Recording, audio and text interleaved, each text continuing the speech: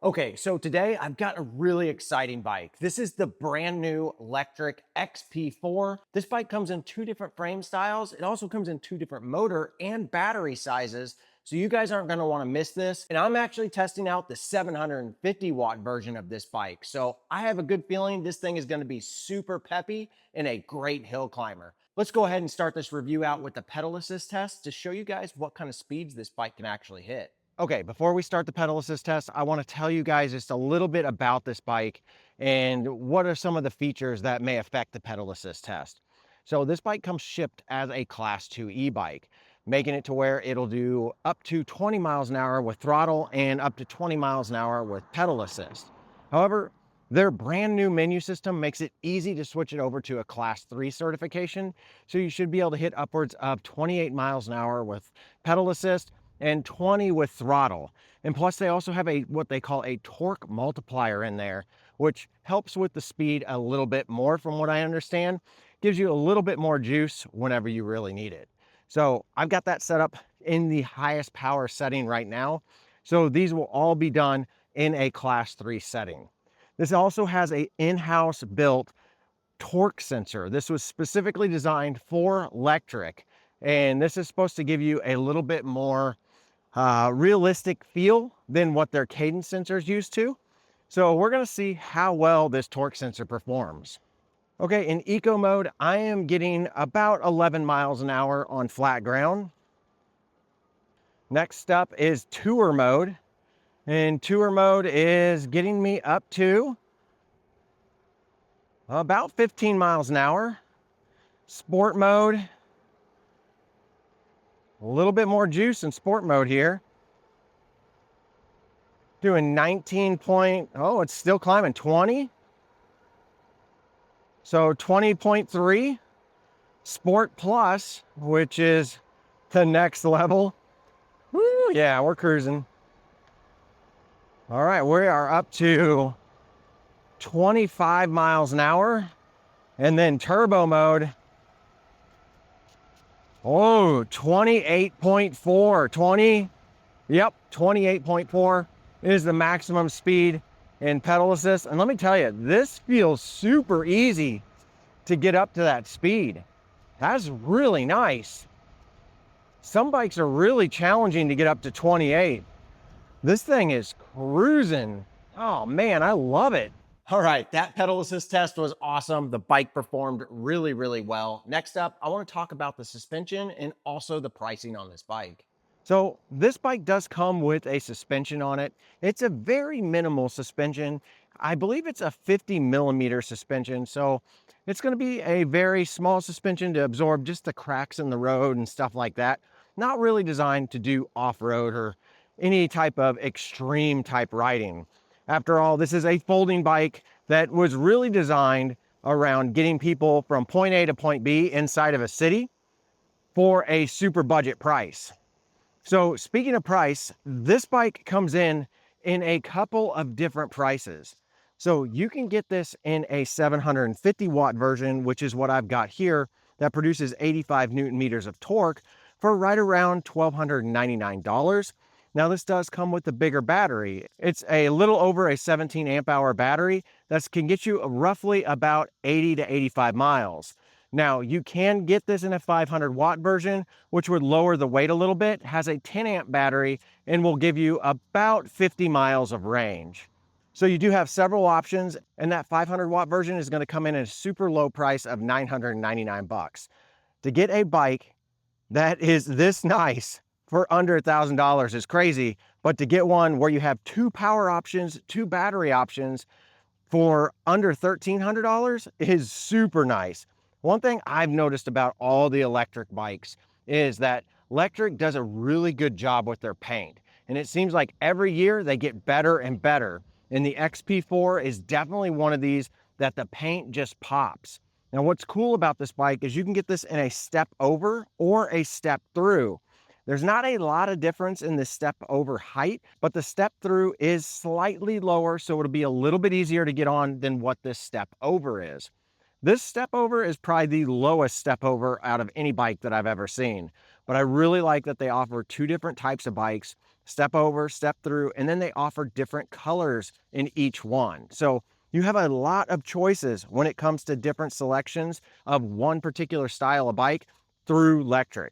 They don't skimp on the amount of choices that you get. And plus, most of the time, Lectric offers a lot of free accessories with it. Like for instance, I got this little rear rack right here. Also got the suspension seat post, and I got this lock that I store right down here. Those are things that don't typically come stock, but most of the time, Lectric throws them in for free. So whenever you go to check out, make sure that you look to see if there's any free accessories that they're offering. And speaking of checking out, if you guys want to use my links down below, all that goes back to help out this channel, and it's no additional cost to you. So if you find this review helpful, I would appreciate it. So that was the suspension and the pricing on this bike. Pretty reasonable. And now we're going to test out these Star Union brakes. Haven't ever used this brand personally, so I'm going to be real interested to see how well these brakes perform. So on this brake test, what I like to do is I like to put this thing in turbo, and I want to get up to at least 20 miles an hour before I get to this little area up here that I like to stop really fast at. And through all my bikes, I see how quickly these can actually stop. All right, let's go ahead. Let's get this sucker going. Woo, kicks in the power fast. All right, and 20.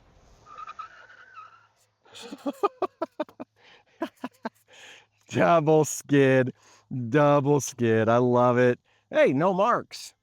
This did pretty good. No marks on here, so it looks really, really nice. I would say that this performed right at the average, if not a little bit above the average. So if you guys look over here, there's these two little cracks, this little one and then this bigger one. A lot of average bikes will fall within this area right here. And we're seeing that the XP4 fell in right about here. So these brakes, even though these are a brand that I haven't heard of, Star Union 602 brakes, they did really good. These look a lot like Zoom brakes, to be honest with you. And they performed really well. And this motor is quick. So the braking performed really well on this bike. The next question is, how quickly can this bike go 0 to 20 with both pedal assist and throttle? All right, so on this test, we're gonna go as fast as we can, 0 to 20 miles an hour with both pedal assist and throttle. We're gonna start with pedal assist.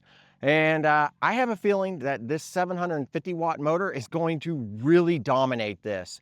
We've had a few bikes that have been kind of impressive that have been folding bikes, but this motor is gigantic. So I've had one other folding bike that has the same amount of power, and it absolutely crushed all the other bikes that I've been testing on this channel. So let's go ahead and let's get this test going. Okay guys, we're gonna go ahead and start this pedal assist test in 3, 2, 1, go. Come on. Let's see how quick we can get it there. 10 miles an hour. And 20. Woo, that was fast. Here's the displayed time, guys. That was fast. This turbo mode does not mess around at all. Wow, it's got some juice.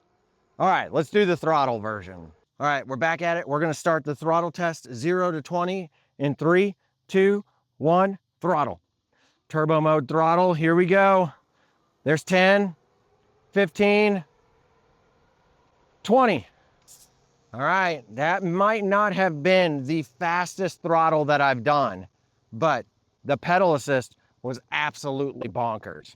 So here are the times for both the pedal assist and the throttle 0 to 20. All right, so now that you know how quick this bike actually accelerates, let's just go over some of the details on this bike, because there's some pretty cool features that you guys aren't gonna wanna miss. All right, guys, while we're out here, let's just go ahead and take a closer look at this bike, because I absolutely love the way this bike looks.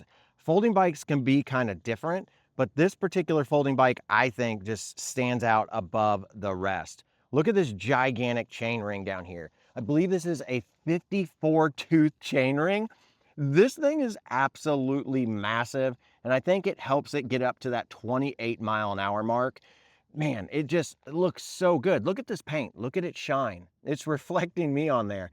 It just looks really clean and crisp.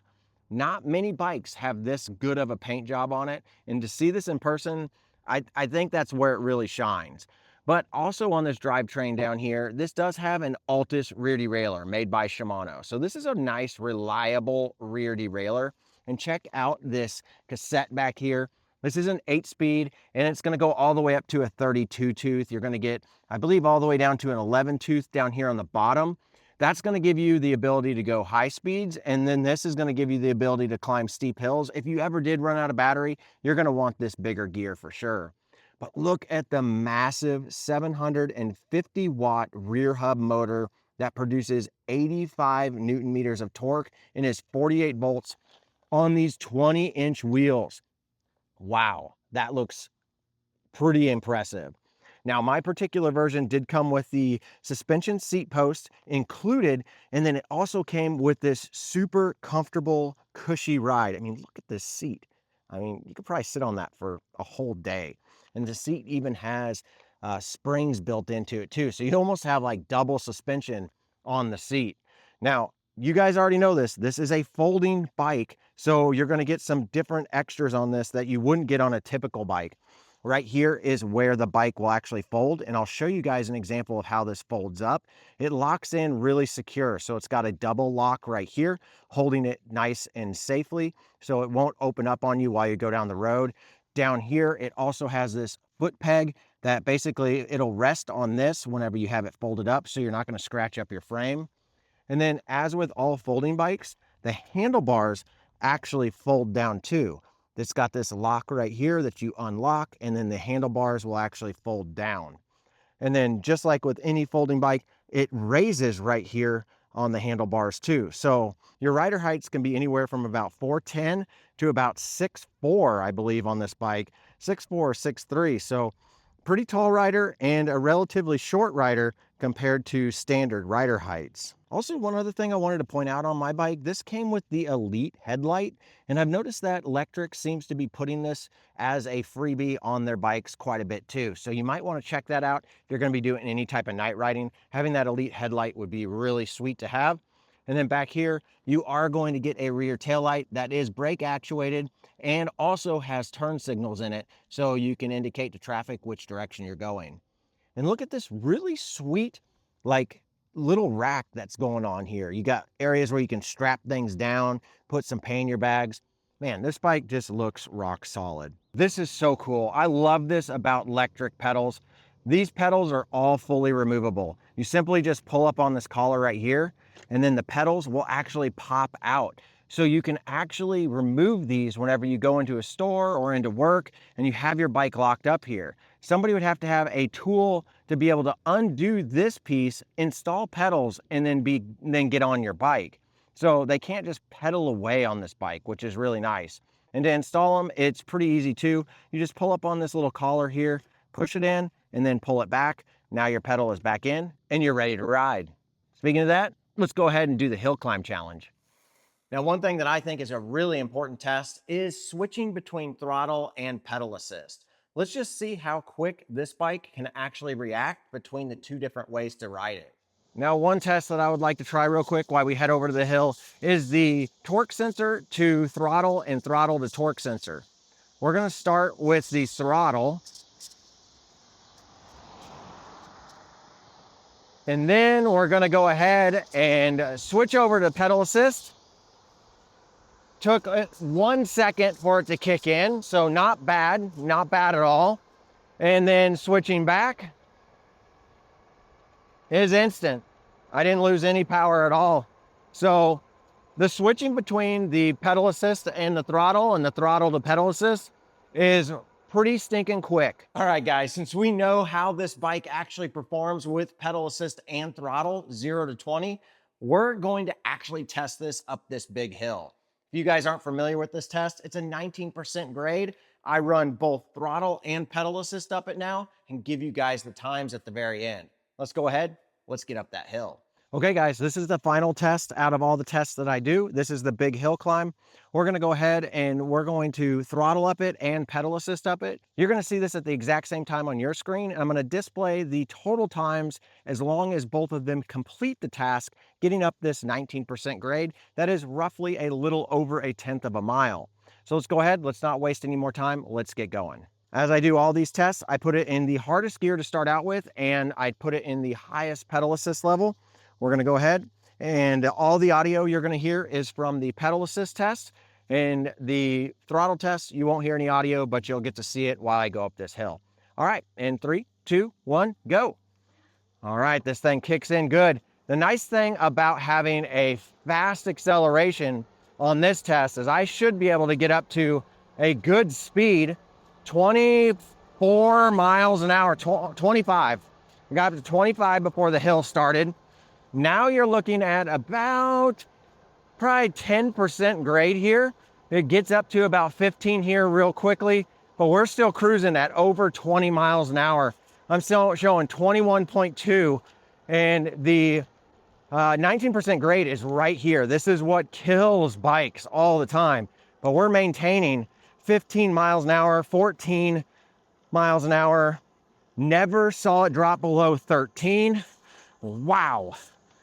My goal is to get these bikes up this hill faster than 10 miles an hour. Never see it drop below 10 miles an hour. This didn't drop below 14. This 750 watt motor is definitely super powerful. Here's a time for both pedal assist and throttle going up that hill.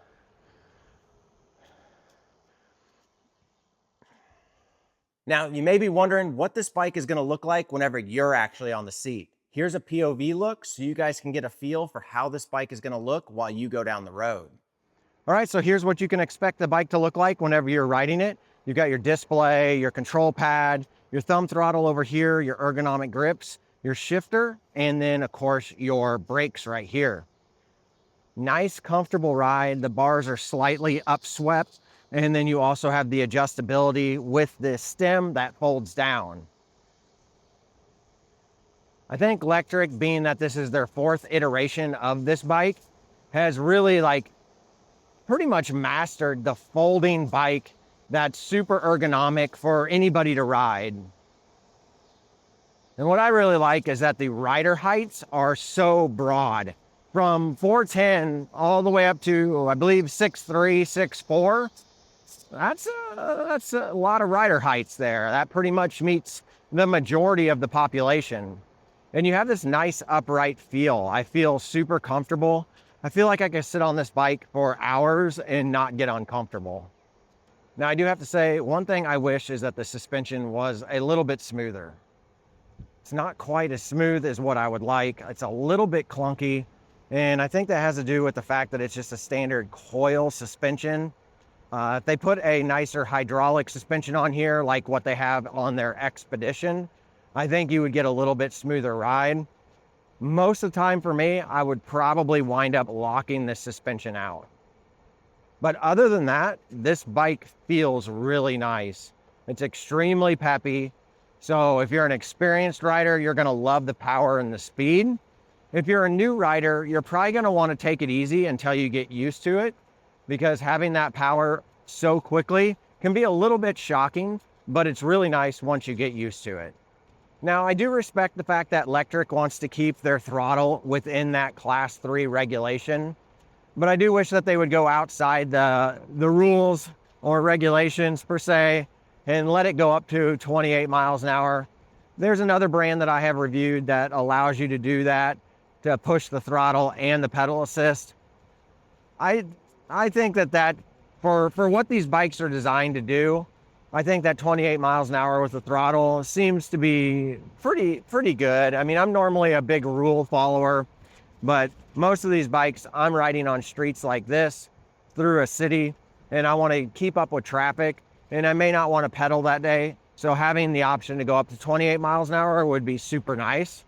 All right, guys, let's go ahead and head back to the garage and go over some of the other details on this bike. And I want to show you guys the menu system on this and the computer screen, because Lectric really did a good job of improving this. So with that said, let's go ahead and let's head back. Okay, you guys probably want to see how this thing is folded up. It's real simple. First thing you can do is start by removing your pedals. You don't have to do this step, but we might as well since we got the option to. Just make sure you don't forget those whenever you go for a ride. Next thing, take the handlebars. There's a little lever on the handlebars. Pull up on it and then pull out. Then you can drop down your bars just like this.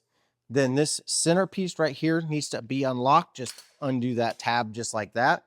I recommend taking your knee, putting it against the frame and kind of pushing. That'll help the frame kind of open up. While you've got it kind of opened up like this, take the kickstand and put the kickstand up. It'll just make it a little bit easier. And then just simply rotate it around. Once you've got it kind of like this, you can simply just kind of scoot it together. It'll balance on the little foot or kickstand underneath the frame. And you can use some sort of like Velcro or some sort of strap to keep it together.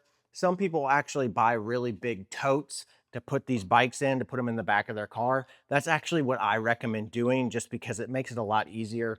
Whenever you go to put them in your car, you know they're going to stay there and they're easy to get out of the car. So a nice big tote will make this so much easier. It's not necessary, but it is definitely recommended. Okay, let's go ahead and unfold this and show you how that's done. So now that we've got this bike folded, it's really easy to put it back. So let's go ahead and just grab the back of the bike, kind of open it up just a little bit, step between it, lift it up, and then you're ready to lock the frame together. Once you've got the frame locked in, go ahead and bring up the bars, lock those in place, put your kickstand down, then grab your pedals and simply just put these on. And I do have to say that I feel like Lectric has improved the pedal install a little bit smoother than what I've seen in the past. And there you go. That's how you fold and unfold this folding bike. Okay, taking a look at the screen here, you do get a nice bright screen. It's going to have your battery percentage and a battery bar up top. You're going to get your speed displayed right here. And then down here is going to be your pedal assist level. You'll notice that there's 3 little dots down here. One of them's lit up. That means we're on this screen.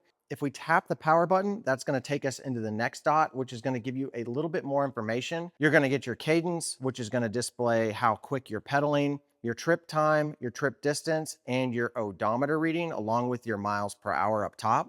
If you tap the power button again, it takes you over to the next screen. You've got your speed up top, your power input in watts, your motor power in watts, also your amps that are being produced, and then the voltage on the system.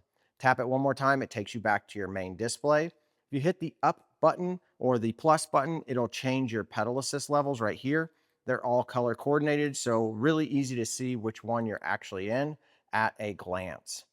Now, the next thing you're going to want to do is go into the menu system and check out some of the cool features on here. This is what I love about this brand new display, is you actually have a nice menu system. No more P settings that we've seen in the past where it's confusing and you have to consult a manual. This is super simple. You've got your screen brightness. If we go into there, you've got 3 different levels and it gets pretty bright.